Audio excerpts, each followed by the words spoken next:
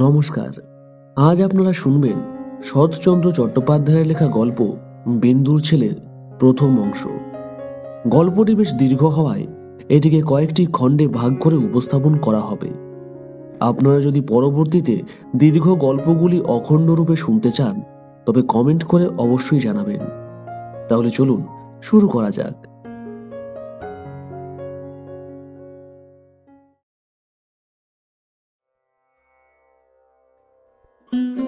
যাদব মুখুজ্জে ও মাধব মুখুজ্জে যে সহোদর ছিলেন না সে কথা নিজেরা তো ভুলিয়াই ছিলেন, বাহিরের লোকও ভুলিয়াছিল। দরিদ্র যাদব অনেক কষ্টে ছোট ভাই মাধবকে আইন পাশ করাইয়াছিলেন এবং বহু চেষ্টায় ধনাঢ্য জমিদারের একমাত্র সন্তান বিন্দুবাসিনীকে ভাতৃবধূরূপে ঘরে আনিতে সক্ষম হইয়াছিলেন। বিন্দুবাসিনী অসামান্য রূপসী। প্রথম যেদিন সেই অতুল রূপ ও 10 সহস্র টাকা কাগজ লইয়া ঘর করিতে আসিয়াছিল সেদিন বড় বউ অন্নপূর্ণার চোখে আনন্দাশ্রু বহিয়াছিল। বাড়িতে শাশুড়ি ননদ ছিল না, তিনিই ছিলেন গৃহিণী। ছোট বধূর মুখখানি তুলিয়া ধরিয়া প্রতিবাসিনীদের কাছে সগর্বে বলিয়াছিলেন, ঘরে বউ আনতে হয় তো এমনই, একেবারে লক্ষ্মীর প্রতিমা। কিন্তু দুদিনেই তাহার এ ভুল ভাঙিল। দুদিনেই টের পাইলেন ছোট বউ যে ওজনে রূপ ও টাকা আনিয়াছে তাহার চতুর্গুণ অহংকার অভিমানও সঙ্গে আনিয়াছে। একদিন বড় বউ স্বামীকে নিভৃত্তে ডাকিয়া বলিলেন, হাঁ গা, রূপ আর টাকার পুঁটলি দেখে ঘরে বউ আনলে, কিন্তু এ যে কেউটে সাপ। যাদব কথাটা বিশ্বাস করিলেন না। মাথা চুলকাইয়া বার দুই তাই তো করিয়া কাছারি চলিয়া গেলেন। যাদব অতিশয় শান্ত প্রকৃতির লোক, জমিদারি সেরেস্তায় নায়েবি এবং ঘরে আসিয়া পূজা অর্চনা করিতেন। মাধব দাদার চেয়ে 10-12 বছরের ছোট, উকিল হইয়া সম্প্রতি ব্যবসা শুরু করিয়াছিল। সে আসিয়া কহিল, বৌঠান, টাকাটাই কি দাদার বেশি হলো? দুদিন সবুর করলে আমিও তো রোজগার করে দিতে পারতাম। অন্নপূর্ণা চুপ করিয়া রহিলেন। এছাড়া আরও একটা বিপদ এই হইয়াছিল, ছোট বউকে শাসন করিবার জো ছিল না। তাহার এমনই ভয়ঙ্কর ফিটের ব্যামো ছিল যে সেদিকে চাহিয়া দেখিলেও বাড়ি শুদ্ধ লোকের মাথা ঝিমঝিম করিতে থাকিত এবং ডাক্তার না ডাকিলে আর উপায় হইত না। সুতরাং সাদের বিবাহটা যে ভুল হইয়া গিয়াছে এই ধারণায় সকলের মনে বদ্ধমূল হইয়া গেল। শুধু যাদব হাল ছাড়িলেন না। তিনি সকলের বিরুদ্ধে দাঁড়াইয়া ক্রমাগত বলিতে লাগিলেন, না গো না, তোমরা পরে দেখো, মায়ের আমার অমন জগদ্ধাত্রীর মতো রূপ, সে কি একেবারে নিষ্ফল যাবে? হে, হতেই পারে না। একদিন কি একটা কথার পরে ছোট বউ মুখ অন্ধকার করিয়া স্থির হইয়া বসিয়া আছে দেখিয়া ভয়ে অন্নপূর্ণার প্রাণ উড়িয়া গেল।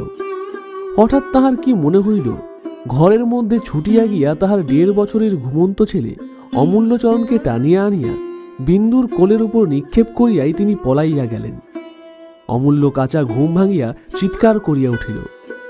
বিন্দু প্রাণপণ বলে নিজেকে সংবরণ করিয়া মূর্ছার কবল হইতে আত্মরক্ষা করিয়া ছেলে বুকে করিয়া ঘরে চলিয়া গেল। অন্নপূর্ণা আড়ালে দাঁড়াইয়া তাহা দেখিলেন এবং ফিটের ব্যামোর এই অমোঘ দৈব ঔষধ আবিষ্কার করিয়া পুলকিত হইলেন। সংসারের সমস্ত ভার অন্নপূর্ণার মাথায় ছিল বলিয়া তিনি ছেলে মানুষ করিতে পারিতেন না। বিশেষ সমস্ত দিনের কাজকর্মের পর রাত্রে ঘুমাইতে না পাইলে তাহার বড় অসুখ করিত। তাই এই ভারটা ছোট বউ লইয়াছিল। মাসখানেক পরে একদিন সকালবেলা সে ছেলে কোলে লইয়া রান্নাঘরে ঢুকিয়া বলিল, দিদি, অমূল্যধনের দুধ কই? অন্নপূর্ণা তাড়াতাড়ি হাতের কাজটা ফেলিয়া রাখিয়া ভয়ে ভয়ে বলিলেন, 1 মিনিট সবুর কর বোন, এক্ষুনি জাল দিয়ে দিচ্ছি। বিন্দু ঘরে ঢুকিয়াই তাহা দেখিয়া রাগিয়া গিয়াছিল। তীক্ষ্ণ কণ্ঠে বলিল, কালও তোমাকে বলেছি আমার 8টার আগেই দুধ চাই, সে তো 9টা বাজে। কাজটা তোমার যদি এতই ভারী ঠেকে দিদি, স্পষ্ট করে বললেই তো পারো, আমি অন্য উপায় দেখি। হাঁ, বামুনের মেয়ে, তোমারও কি একটু হুঁশ থাকতে নেই গা? বাড়ি শুদ্ধ লোকের পিণ্ডি রান্না না হয় 2 মিনিট পরে হতো। বামুন ঠাকুরুন চুপ করিয়া রহিলেন। অন্নপূর্ণা বলিলেন, তোর মতো শুধু ছেলেকে টিপ পরানো আর কাজল দেওয়া নিয়ে থাকলে আমাদেরও হুঁশ থাকতো। 1 মিনিট আর দেরি সয় না ছোট বউ। ছোট বউ তাহার উত্তরে বলিল, তোমার অতি বড় দিব্যি রইল দিদি, যদি কোনোদিন আর অমূল্যের দুধে হাত দাও। আমারও দিব্যি রইল, আর কোনোদিন যদি তোমাকে বলি। এই বলিয়া সে মেঝের উপর অমূল্যকে দুম করিয়া বসাইয়া দিয়া দুধের কড়া তুলিয়া আনিয়া উনানের উপর চড়াইয়া দিল। এই অভাবনীয় ব্যাপারে অমূল্য চিৎকার করিয়া উঠিতেই বিন্দু তাহার গাল টিপিয়া বলিল, চুপ কর হারামজাদা, চুপ কর, চেঁচালে একেবারে মেরে ফেলবো। বিন্দুর ব্যাপারে বাড়ির দাসী কদম ছুটিয়া আসিয়া খোকাকে কোলে লইতে গেলে বিন্দু তাহাকে ধমকাইয়া উঠিল, দূর হ, সামনে থেকে দূর হ। সে আর অগ্রসর হইতে পারিল না, ভয়ে আড়ষ্ট হইয়া দাঁড়াইয়া রহিল। বিন্দু আর কাহাকেও কিছু না বলিয়া রোরুদ্যমান শিশুকে কোলে তুলিয়া লইয়া দুধে জাল দিতে লাগিল। অন্নপূর্ণা স্থির হইয়া দাঁড়াইয়া রহিলেন। খানিক পরে বিন্দু দুধ লইয়া চলিয়া গেলে তিনি পাচিকাকে সম্বোধন করিয়া বলিলেন, শুনলে মেয়ে ওর কথা?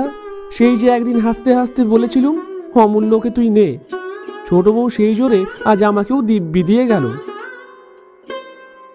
যাহা হোক, এমনই করিয়া অন্নপূর্ণার ছেলে বিন্দুবাসিনীর কোলে মানুষ হইতে লাগিল, এবং তাহার ফল হইল এই যে অমূল্য খুড়িকে মা এবং মাকে দিদি বলিতে শিখিল। ইহার বছর 4 পরে যেদিন খুব ঘটা করিয়া অমূল্যের হাতে খড়ি হইয়া গেল, তাহার পরদিন সকালে অন্নপূর্ণা রান্নাঘরে কাজে ব্যস্ত ছিল। বাহির হইতে বিন্দুবাসিনী ডাকিয়া কহিল, দিদি, অমূল্যধন প্রণাম করতে এসেছে, একটিবার বাইরে এসো। অন্নপূর্ণা বাহিরে আসিয়া অমূল্যের সাজগোজ দেখিয়া অবাক হইয়া গেলেন। তাহার চোখে কাজল, কপালে টিপ, গলায় সোনার হার, মাথার উপর ঝুঁটি করিয়া চুল বাঁধা, পরনে একখানি হলদে রঙের ছোপানো কাপড়, এক হাতে দড়ি বাঁধা মাটির দোয়াত, বগলে ক্ষুদ্র একখানি মাদুর জড়ানো গুটি কয়েক তালপাতা। বিন্দু বলিল, দিদিকে প্রণাম করতো বাবা। অমূল্য জননীকে প্রণাম করিল। তাহার পায়ে জুতা নাই, মোজা নাই, পরনে নানাবিধ বিলাতি পোশাক নাই। অন্নপূর্ণা এই অপরূপ সাজ দেখিয়া হাসিয়া বলিলেন, হ্যাঁ তো তোর আসে ছোট বউ, ছেলে বুঝি পড়তে যাচ্ছে? বিন্দু হাসি মুখে বলিল, হ্যাঁ, গঙ্গা পণ্ডিতের পাঠশালে পাঠিয়ে দিচ্ছি। আশীর্বাদ করো দিদি, আজকের দিন যেন ওর জীবনে সার্থক হয়। চাকরের দিকে ফিরিয়া চাহিয়া বলিল, ভৈরব, পণ্ডিত মশাইকে আমার নাম করে বিশেষ করে বলে দিস, ছেলেকে আমার যেন কেউ মারধর না করে। দিদি, এই 5টা টাকা ধরো, বেশ করে একখানি সিদে সাজিয়ে টাকা কটি দিয়ে কদমের হাতে পাঠশালে পাঠিয়ে দিও। বলিয়া সে গভীর স্নেহে চুমা খাইয়া ছেলেকে কোলে তুলিয়া লইয়া চলিয়া গেল। অন্নপূর্ণার 2 চোখে অশ্রু উচ্ছ্বসিত হইয়া উঠিল। তিনি বামুন ঠাকুরকে উদ্দেশ্য করিয়া বলিলেন, ছেলে নিয়েই ব্যতিব্যস্ত, তবু পেটে ধরেনি, তাহলে না জানিও কি করত। পাচিকা কহিল, সেই জন্যই ভগবান বোধ করি দিলেন না, 18-19 বছর বয়স হল। কথাটা শেষ হইতে পাইল না। ছোট বউ একা ফিরিয়া আসিয়া বলিল, দিদি, বড় ঠাকুরকে বলে আমাদের বাড়ির সামনে একটা পাঠশালা করে দেওয়া যায় না? আমি সমস্ত খরচ দেব। অন্নপূর্ণা হাসিয়া ফেলিলেন, বলিলেন, হ্যাঁ, এখনো সে 2 পা যায়নি ছোট বউ, এর মধ্যেই তোর মতলব ঘুরে গেল। না হয় তুইও যাস না, পাঠশালে গিয়ে বসে থাকবি। বিন্দু অপ্রতিভ হইয়া হাসিয়া বলিল, মতলব ঘোরেনি দিদি, কিন্তু ভাবছি আড়ালে থাকা এক আর চোখের সামনে এক, পোড়োরা সব দুষ্টু ছেলে, ওকে ছোটটি পেয়ে যদি মারধর করে। অন্নপূর্ণা বলিলেন, করলেই বা, ছেলেরা মারামারি করেই, তাছাড়া সকলের ছেলেই সমান ছোট বউ, তাদের বাপ মা প্রাণ ধরে যদি পাঠশালে দিতে পেরে থাকে, তুই পারবি না কেন? পরের সঙ্গে তুলনা করাটা বিন্দু একেবারে পছন্দ করিত না, তাই বোধ করি মনে মনে অসন্তুষ্ট হইয়া বলিল, তোমার এক কথা দিদি, ধরো কেউ যদি ওর চোখে কলমের খোঁচাই দিয়ে দেয়, তাহলে? অন্নপূর্ণা তাহার মনের ভাব বুঝিয়া হাসিয়া বলিল, তাহলে ডাক্তার দেখাবি। কিন্তু সত্যি বলছি তোকে, আমি তো 7 দিন 7 রাত বসে ভাবলেও খোঁচাখুঁচির কথা মনে করতে পারতুম না। এত ছেলে পড়ে, কে কার চোখে কলমের খোঁচা দেয় তাও তো শুনিনি। বিন্দু কহিল, তুমি শোনোনি বলেই কি এমন কাণ্ড হতে পারে না? দৈবাতের কথা কে বলতে পারে? আচ্ছা বেশ, তো তুমি একবার বলেই দেখো না, তারপর যা হয় হবে।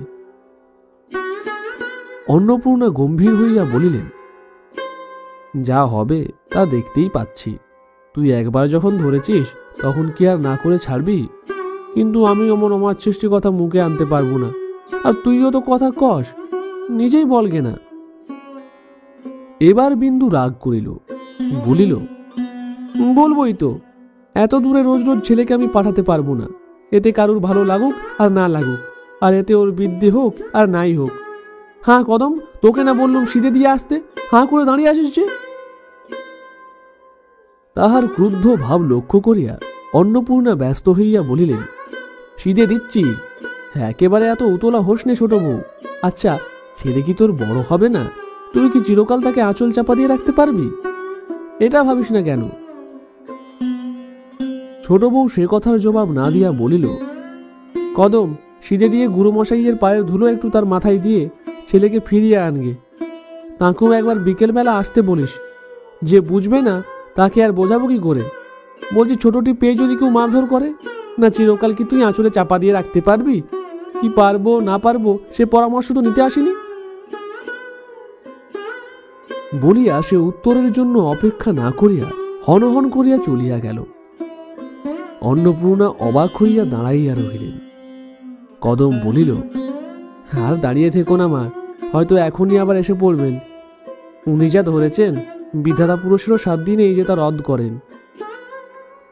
সেই দিন সন্ধ্যার পর বড় কর্তা আফিং খাইয়া শয্যার উপর কাত হইয়া শুইয়া গুড়গুড়ির নল মুখে দিয়া নেশার পৃষ্ঠে চাবুক দিতেছিলেন। এমন সময় দরজার শিকলটা ঝনঝন করিয়া নড়িয়া উঠিল। যাদব কষ্টে চোখ খুলিয়া বলিলেন, কে ও? অন্নপূর্ণা ঘরে ঢুকিয়া বলিলেন, ছোট বউ কি বলতে এসেছে, শোনো। যাদব ব্যস্ত হইয়া উঠিয়া বসিয়া বলিলেন, ছোট মা? কেন মা? ছোট বউকে তিনি অত্যন্ত ভালোবাসিতেন। ছোট বউ কথা কহিল না। তাহার হইয়া অন্নপূর্ণায় বলিয়া দিলেন, ওর ছেলের চোখে পোড়োরা কলমের খোঁচা মারবে, তাই বাড়ির মধ্যে একটা পাঠশালা করে দিতে হবে। যাদব হাতের নলটা ফেলিয়া দিয়া শঙ্কিত হইয়া বলিয়া উঠিলেন, কে চোখে খোঁচা মারলে? কই দেখি কি রকম হলো? অন্নপূর্ণা তাহার হাতের নলটা তুলিয়া দিয়া হাসিয়া বলিলেন, এখনো কেউ মারেনি, যদির কথা হচ্ছে। যাদব সুস্থির হইয়া বলিলেন, ও যদির কথা, আমি বলি বুঝি। বিন্দু আড়ালে দাঁড়াইয়া হাড়ে হাড়ে জ্বলিয়া গিয়া মৃদুস্বরে বলিল, দিদি, এই না তুমি বললে অনাথ সৃষ্টির কথা মুখে আনতে পারবে না, আবার বলতে এলে কেন? অন্নপূর্ণা নিজেও বুঝিয়াছিলেন তাহার কথা বলিবার ধরনটা ভালো হয় নাই, এবং ইহার ফলও মধুর হইবে না। এখন এই চাপা গলার নিগূঢ় অর্থ স্পষ্ট অনুভব করিয়া তিনি যথার্থই ভীত হইয়া উঠিলেন। তাহার রাগটা পড়িল নিরীহ স্বামীর উপর। তাহাকে উদ্দেশ্য করিয়া বলিলেন, আপিংয়ের নেশায় মানুষের চোখই বুঝে যায়, কানও কি বুঝে যায়? বললুম কি, আরো শুনলে কি? কই দেখি কি রকম হলো? আমি কি বলেছি তোমাকে অমূল্যের চোখ কানা করে দিয়েছে? আমার হয়েছে যেন সব দিকে জ্বালা। নির্বিরোধী যাদবের আফিঙ্গের মৌজ ঝুটিয়া যাইবার উপক্রম হইল। তিনি হতবুদ্ধি হইয়া গিয়া বলিলেন, কেন, কি হলো গো? অন্নপূর্ণা রাগিয়া বলিলেন, যা হলো তা ভালোই। এমন মানুষের সঙ্গে কথা কইতে যাওয়ার ঝকমারি, অধর্মের ভোগ। বলিয়া সক্রোধে ঘর ছাড়িয়া চলিয়া গেলেন। যাদব বলিলেন, কি হয়েছে মা, খুলে বলো তো। বিন্দু দ্বারের অন্তরালে দাঁড়াইয়া আস্তে আস্তে বলিল, বাইরে গোলার ধারে একটি পাঠশালা হলে। যাদব বলিলেন, হে আর বেশি কথা কি মা, কিন্তু পড়াবে কে? বিন্দু কহিল, পণ্ডিত মশাই এসেছিলেন, তিনি মাসে 10 টাকা করে পেলে পাঠশালা তুলে আনবেন। আমি বলি, আমার সুদের জমা টাকা থেকে যেন সব খরচ করে দেওয়া হয়। যাদব সন্তুষ্ট হইয়া বলিলেন, বেশ তো মা, কালই আমি লোক লাগিয়ে দেব। গঙ্গারাম এইখানে যদি তার পাঠশালা তুলে আনে সে ভালো কথাই। ভাসুরের হুকুম পাইয়া বিন্দুর রাগ পড়িয়া গেল। সে হাসি মুখে রান্নাঘরে ঢুকিয়া দেখিল অন্নপূর্ণা মুখ ভার করিয়া বসিয়া আছেন এবং কাছে বসিয়া কদম হাত মুখ নাড়িয়া কি যেন ব্যাখ্যা করিতেছে। বিন্দুকে ঢুকিতে দেখিয়াই সে পাংশু মুখে ও মা এই যে বলিয়াই বক্তব্য শেষ করিয়া ফেলিল। বিন্দু বুঝিল তাহার কথাই হইতেছিল। সামনে আসিয়া বলিল, ও মা কি, তাই বল না। ভয়ে কদমের গলা কাঠ হইয়া গিয়াছিল। সে ঢোক গিলিয়া বলিল, না দিদি, এ কি না। বড় মা বললেন, কি না, এই ধর না। কেন?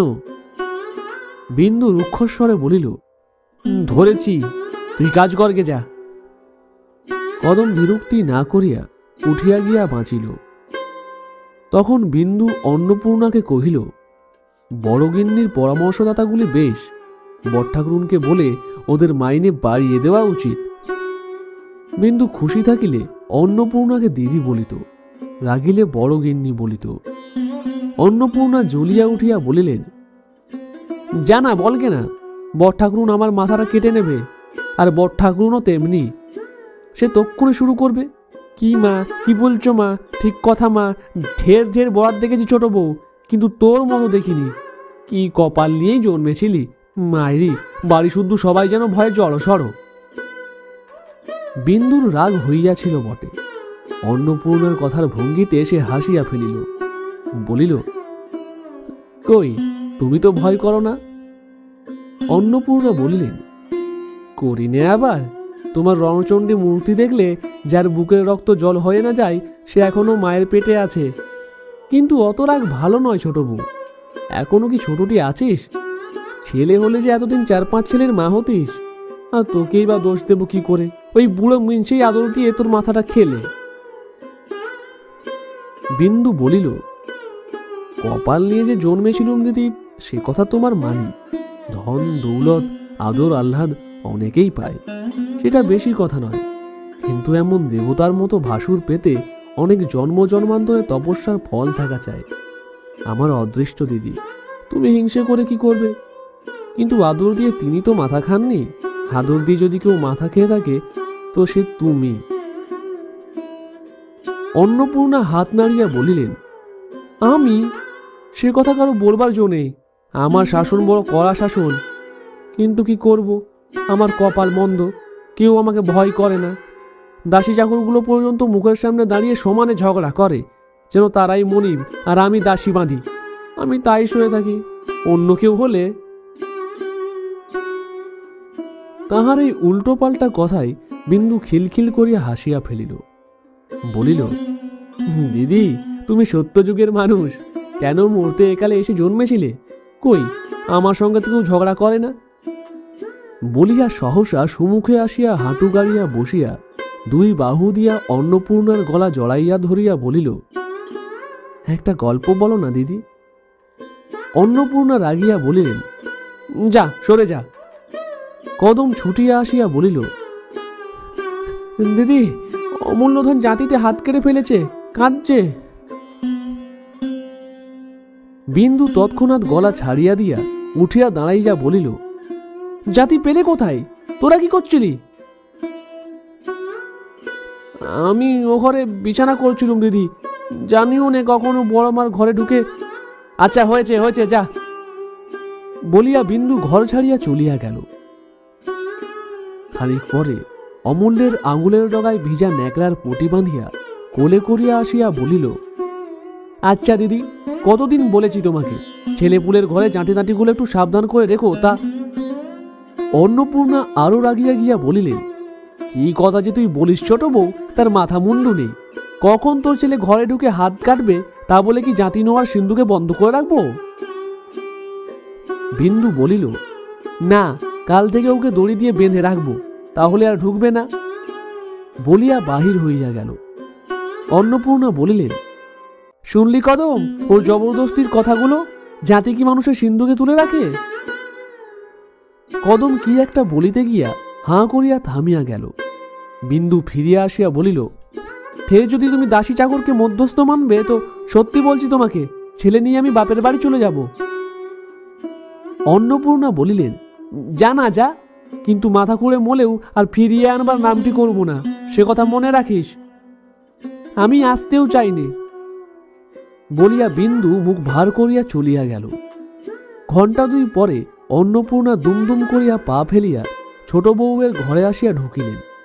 ঘরের একধারে একটি ছোট টেবিলের উপর মাধবচন্দ্র মোকদ্দমার কাগজপত্র দেখিতেছিলেন এবং বিন্দু অমূল্যকে লইয়া খাটের উপর শুইয়া আস্তে আস্তে গল্প বলিতেছিল।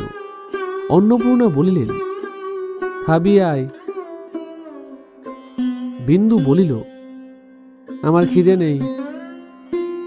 অমূল্য তাড়াতাড়ি খুড়ির গলা জড়াইয়া ধরিয়া বলিল, ছোট মা খাবে না, তুমি যাও।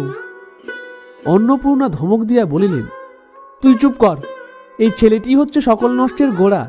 কি আদুরে ছেলেই করছিস ছোট বউ, শেষে টের পাবি, তখন কাঁদবি আর বলবি, হ্যাঁ দিদি বলেছিল বটে। বিন্দু ফিস ফিস করিয়া অমূল্যকে শিখাইয়া দিল। অমূল্য চেঁচাইয়া বলিল, তুমি যাও না দিদি, ছোট মা রূপকথা বলছে। অন্নপূর্ণা ধমকাইয়া বলিলেন, ভালো চাস তো উঠে আয় ছোট বউ, না হলে কাল তোদের দুজনকে না বিদায় করি তো আমার নামই অন্নপূর্ণা নয়। বলিয়া যেমন করিয়া আসিয়াছিলেন তেমনি করিয়া পা ফেলিয়া বাহির হইয়া গেলেন। মাধব জিজ্ঞাসা করিল, আজ আবার তোমাদের কি হলো? বিন্দু বলিল, দিদি রাগলে যা হয় তাই। আজকে অপরাধের মধ্যে বলেছিলুম ছেলেপুলের ঘর, জাতি টাতিগুলো একটু সাবধানে রেখো, তাই এত কাণ্ড হচ্ছে। মাধব বলিল, আর গোলমাল করো না, যাও। বৌঠান যেমন করে পা ফেলে বেড়াচ্ছেন, দাদা এখনই উঠে পড়বেন। বিন্দু অমূল্যকে কোলে তুলিয়া লইয়া হাসিয়া রান্নাঘরে চলিয়া গেল।